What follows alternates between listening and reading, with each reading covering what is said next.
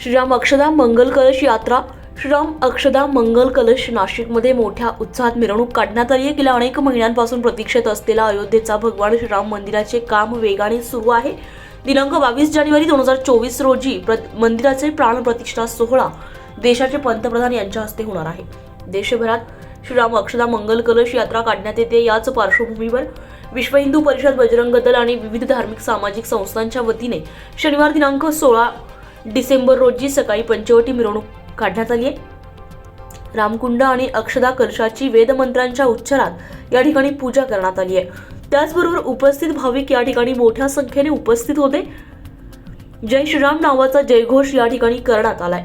या प्रसंगी ढोल ताशा यांच्या माध्यमातून हा गजर करण्यात आलाय। रथाचे भाव भगवान श्रीराम, सीता आणि लक्ष्मण या मूर्ती ठेवण्यात आलेल्या होत्या आणि ही मिरवणूक रामकुंड, मालेगाव स्टँड, पंचवटी कारंजा, मालव्य चौक, नाथलेन, शिवाजी चौक, गजानन चौक, नाग चौक, ढिगलेनगर मार्गे काराम मंदिर या यात्रेचा समारोप या ठिकाणी करण्यात आलाय। या ठिकाणी साधू महंतांच्या उपस्थितीत कार्यक्रम आयोजित करण्यात आलेला होता। त्याचबरोबर कलशाचे विशेष पूजन या ठिकाणी करण्यात आले। घोषणा भारत माता की जय। जय श्रीराम, जय श्रीराम, जय श्रीराम, जय श्रीराम, जय श्रीराम। वंदे मातरम, वंदे मातरम, वंदे मातरम। भारत माता की जय, भारत माता की। तुम्ही बाजू होऊन जा। वंदे मातरम, वंदे। सत्ययुगाची सुरुवात झालेली आहे। प्रभू रामचंद्र हे भारतीय जीवनाचे अविभाज्य घटक आहे। सत्य आणि सत्तेचं अद्भुत मिलन आहे। राम म्हणजे करुणा, राम म्हणजे त्याग, राम म्हणजे सेवा। स्वामी विवेकानंद म्हणायचे की भारताचे दोन आदर्श आहेत, त्याग व सेवा।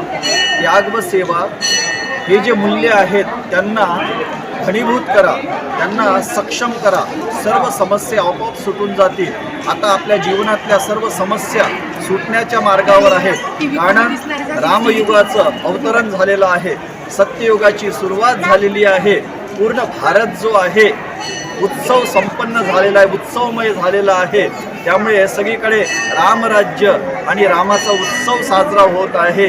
जय श्रीराम, जय श्रीराम, जय श्रीराम।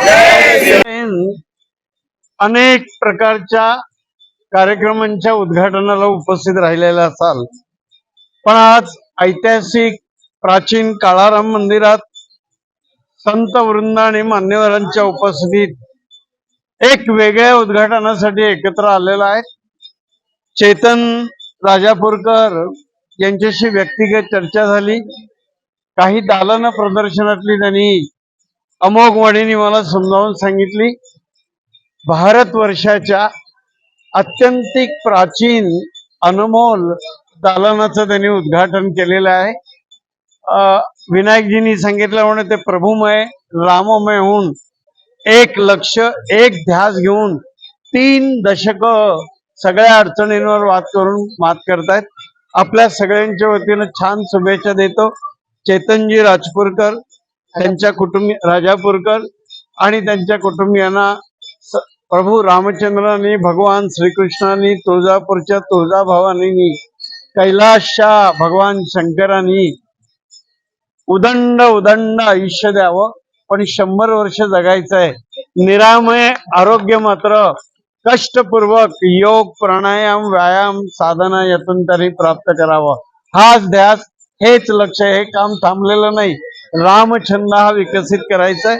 मातृऋण, पितृऋण, समाज ऋण, राष्ट्र ऋण, धर्म ऋण याच कामाच्या निरलस सेवेच्या समिधा प्रतिदिन अर्पण करत या सगळ्या ऋणातून त्यांनी मुक्त व्हायचंय आणि एक सर्वोच्च लक्ष साकार होण्यासाठी लक्ष्मी, महालक्ष्मी, ग्रहलक्ष्मी, लक्ष्मी, महालक्ष्मी, ग्रहलक्ष्मी, धनलक्ष्मी, धान्यलक्ष्मी, गजलक्ष्मी, गजांत लक्ष्मी, वैभव लक्ष्मी, विद्या लक्ष्मी, विजयी लक्ष्मी, रिद्धी सिद्धी, ऐश्वर्य लक्ष्मी, समृद्ध लक्ष्मी आणि गायत्री लक्ष्मीची चेतनवर अपार कृपा राहावी अशी मी प्रभू रामचंद्रांच्या चरणी, काळारामाच्या चरणी प्रार्थना करतो।